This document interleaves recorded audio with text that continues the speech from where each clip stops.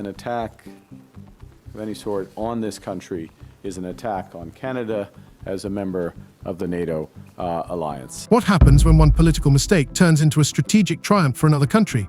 Imagine this: overnight, Silicon Valley's largest corporations sent urgent letters to their employees telling them not to leave the US, not to risk their future, and not to visit their families, even for a short weekend. The reason was a decision by Washington that was supposed to hit foreign specialists, but instead hit America itself. As a result of these developments, the breadth and the depth of the changes in U.S. trade policy have become more fully apparent. We are talking about an unprecedented increase in the cost of an H-1 billion visa. The $100,000 fee for the opportunity to work in the US has jeopardized thousands of careers, families, and entire industries. Instead of protecting the American labor market, this decision has catalyzed the largest exodus of specialists from the country. What was intended as protection has turned into self-destruction. At the moment when America plunged into chaos, Canada made a move that turned the tables. While the White House was debating how to collect money from workers in a lump sum or in installments, Ottawa was rolling out the red carpet for world-class engineers, programmers, and researchers. Where one country was losing its future, the other was calmly and systematically reaping the rewards of others' mistakes. And to these ends, the United States has announced a series of trade actions. Those began near the start of this year with the so-called IEEPA tariffs against Canada and Mexico based on U.S. concerns about the border and fentanyl trafficking. And it's not just about visas. When Washington imposed tariffs on Canadian steel and aluminum, many expected protests and concessions. But the reaction was much deeper, from a quiet boycott of American goods in supermarkets to the government's Buy Canadian program, which turned consumer patriotism into a powerful economic weapon. While one leader wrote angry posts on social media, another was step-by-step creating a new strategy for national growth. The consequences of these decisions are already being felt. Silicon Valley, once a symbol of American technological superiority, is losing specialists and, with them, its innovative potential.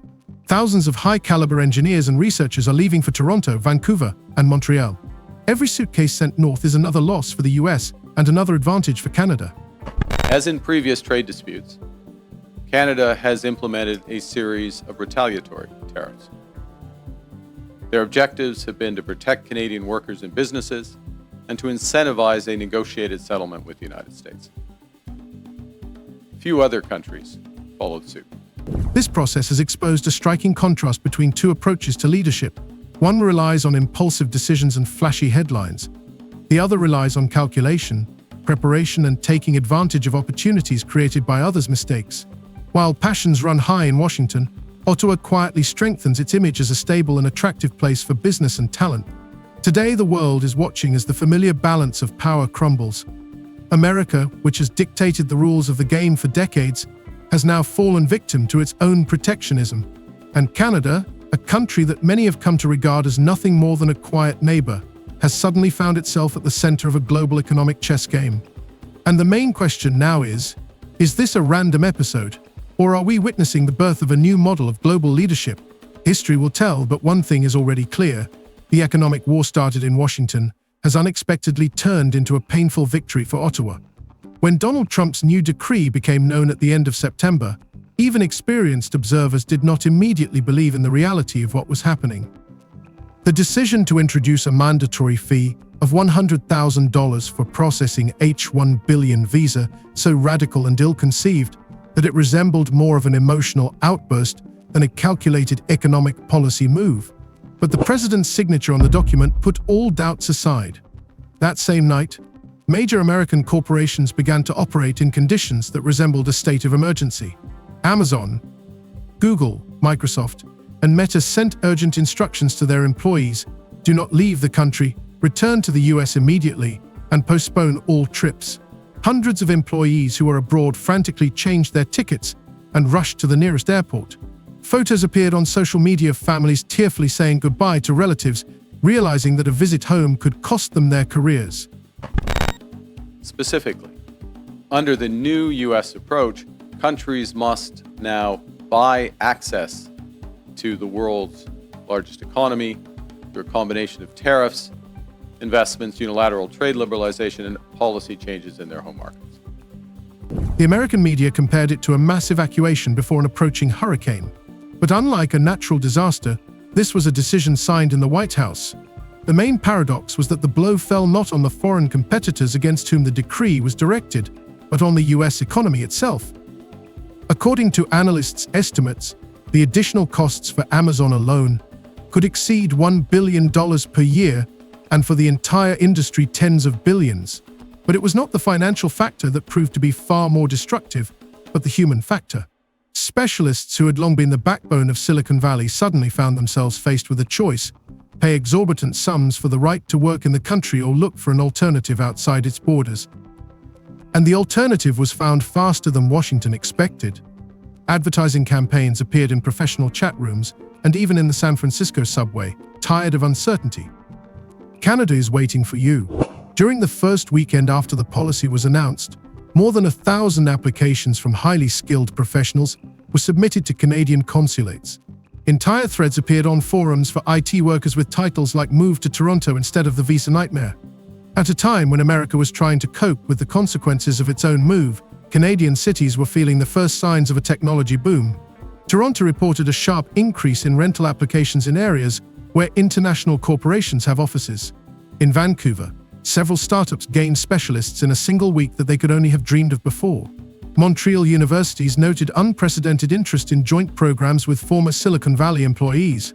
Those were quickly followed by reciprocal tariffs on every U.S. trade partner and very high sectoral tariffs applied globally on strategic industries, including steel, aluminum, autos, and copper.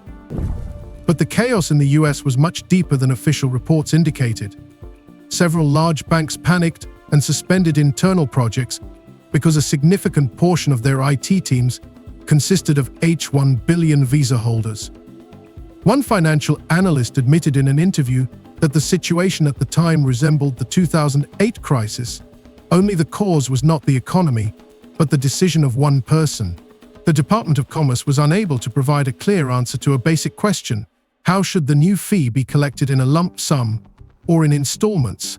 This uncertainty paralyzed the work of immigration lawyers and led to an avalanche of lawsuits. For those affected, the consequences were tragic. Families who had traveled to India or China to visit relatives rushed back. Some did not make it in time and lost their jobs. The Chinese platform Red Note featured stories of parents cutting short their vacations to rush their children to the airport. Indian newspapers published headlines such as "The American Dream Turns into a Nightmare." The Indian Ministry of Foreign Affairs even issued an official warning about the humanitarian risks of this policy. Amid all this panic, the situation in Canada looked quite different. There, they acted calmly and systematically. Ottawa had calculated in advance that such a decision by Washington would be an opportunity. When Trump signed the decree, Canadian immigration services already had mechanisms in place to simplify the admission of specialists. It looked as if Canada had been expecting such a move and had been preparing for it for several years. Although officials limited themselves to cautious comments, the press made no secret of the fact that the US had given Canada the opportunity to become a new global hub for innovation. The United States has also imposed substantial trade actions on the Canadian lumber industry. Now, in recent weeks, the United States has agreed a series of trade deals with a variety of countries. And these deals have several aspects in common. First, baseline tariffs that cover a broad range of goods and services that are substantially higher than those U.S. tariffs that existed before.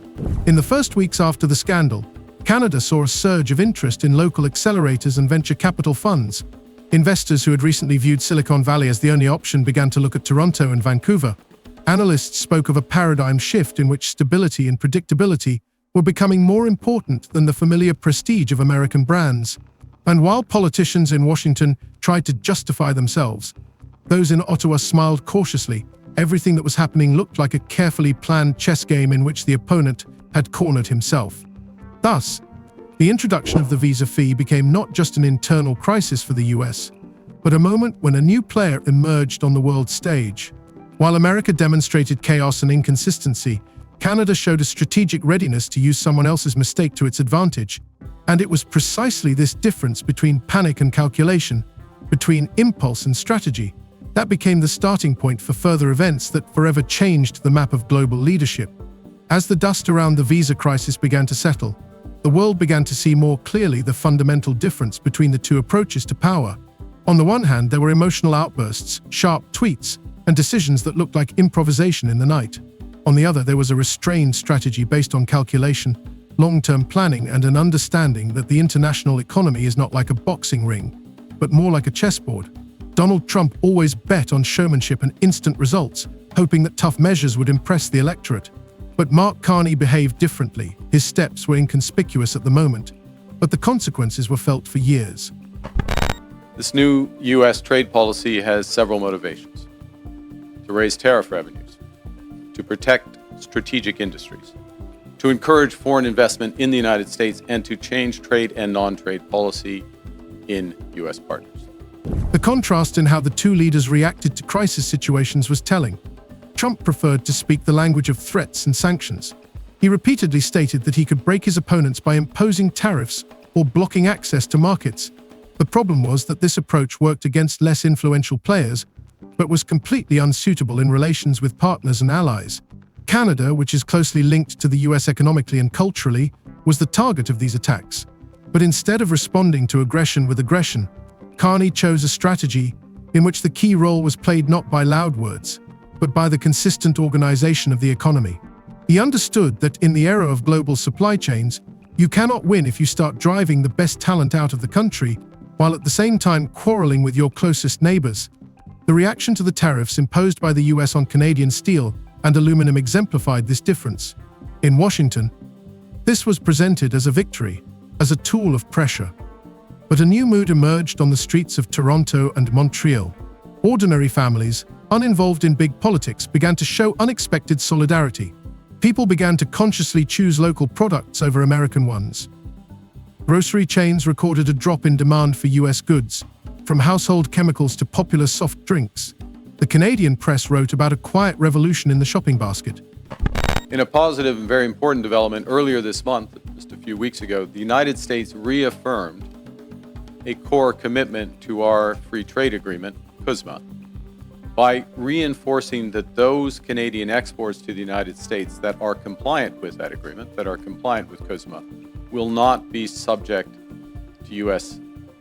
IEEPA tariffs. And at that moment, the state intervened. Carney did not ignore the spontaneous initiative of citizens. He turned it into official policy. This is how the Buy Canadian program came about. At first glance, it looked like a typical measure to support domestic producers, but in reality, it was much more profound. Every dollar spent by the government had to remain in the country. Government procurement, infrastructure projects, even the purchase of medical equipment, everything had to go through Canadian suppliers. Exceptions were only allowed in cases where the necessary technology or production capacity was not available within the country. But even then, the wording left room for interpretation. It referred to trusted partners. And the key point in this phrase was that the United States was no longer included in this circle. This policy had not only an economic, but also a symbolic effect. At a time when Trump was demonstrating abrupt movements and conflicts to the world, Carney showed the ability to turn public discontent into a national strategy. He seemed to be saying to Canadians, "Your emotions are important, your protest matters, and together we can turn it into a tool of power." This approach greatly strengthened public confidence in the government. People tired of the constant unpredictability of their southern neighbor saw stability in Ottawa. American corporations watched this process in shock. For them, Buy Canadian meant the loss of billions in contracts.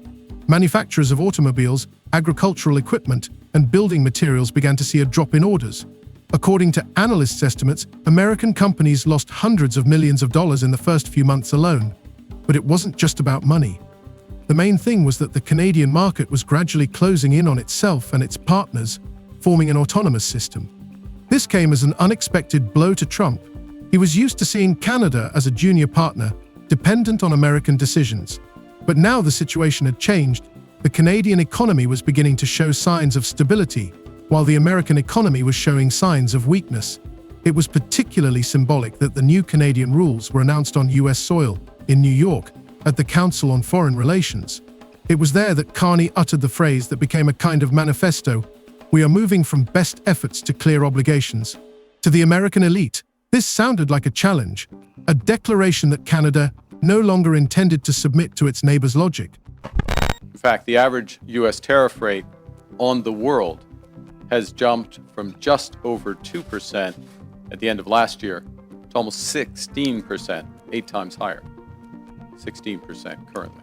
The contrast grew with each new development. During those same days, Trump was lashing out at allies on social media, accusing them of ingratitude and weakness. His words caused a lot of noise but little result.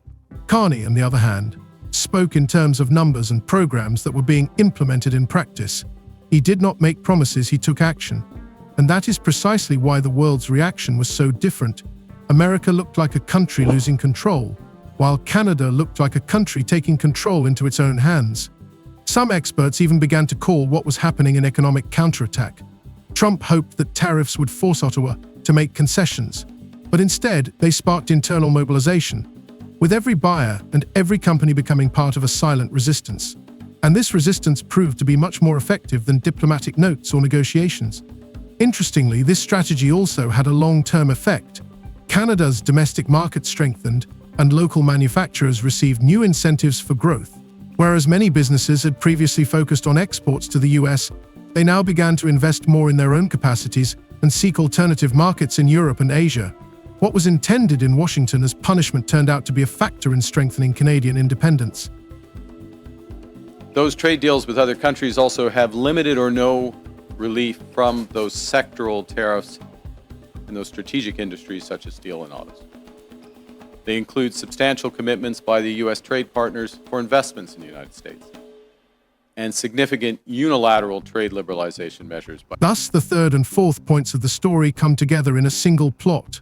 On the one hand, we see chaotic leadership based on emotions and the desire to make an impact here and now. On the other hand, we see a strategy where every crisis becomes an opportunity, every pressure becomes a chance to strengthen positions. Trump tried to force Canada to bend, but it was his actions that helped it grow. And therein lies the main paradox of the era. A leader who built his policy on a show of force ultimately unwittingly strengthened those he opposed. When the visa crisis escalated into an international scandal, it became clear that the consequences would be much broader than just difficulties for IT specialists and engineers. The situation turned into a global problem that affected not only corporations but entire countries. America, which until recently was considered a magnet for talent, suddenly showed the whole world that it no longer guarantees stability or predictability. Against this backdrop, Canada has emerged as a new land of opportunity, capable of seizing the initiative. The main blow fell on countries that have traditionally been the main suppliers of H-1 billion visa specialists. India and China, which together account for more than 80% of the entire base of such workers, found themselves at the epicenter. Mass protests began in Indian cities outside the offices of American companies. People held signs reading "America has betrayed us and the future is in Canada." Chinese social media exploded with discussions of the Great Brain Drain, and unlike in previous years, when the US was the dream of millions of students, Toronto and Vancouver have now become symbols of career success. Even Indian government officials began to speak openly. Cooperation with Ottawa is more profitable than with Washington. American companies, of course, tried to resist, but the scale of the problem proved too great. In the first 3 months after the introduction of the fee, analysts recorded a drop in visa applications of almost 40%. Canada, on the other hand, recorded a record influx of specialists. In October alone, the number of approved applications exceeded the figure for the entire previous year. This caused a real surge in the housing market in major Canadian cities. Apartments near university campuses and offices quickly rose in price, but supply also increased. Construction companies began to launch new projects, realizing that demand would be stable. For the US, the situation meant not just a loss of people, but a loss of strategic advantage. After all, these were not ordinary employees, but those who formed the basis of the country's technological power. More than 2/3 of all H-1 billion specialists were employed in the field of computer technology. These are the architects of artificial intelligence, security system developers, and engineers who create products on which the future of entire industries depends. The loss of such personnel meant that America voluntarily surrendered its position in a key rivalry with China, where the struggle is precisely for technological leadership. Here again, the difference between Washington's chaotic actions and Ottawa's consistent strategy became apparent. While the US was discussing how to punish foreigners, Canada was creating comfortable conditions for them. They were offered tax breaks, simplified permanent residency, and universities launched programs allowing family members of specialists to immediately join the educational process. Even transportation companies advertised tickets to Toronto and Montreal as the road to a new life. All this looked less like a temporary campaign and more like a carefully planned transformation.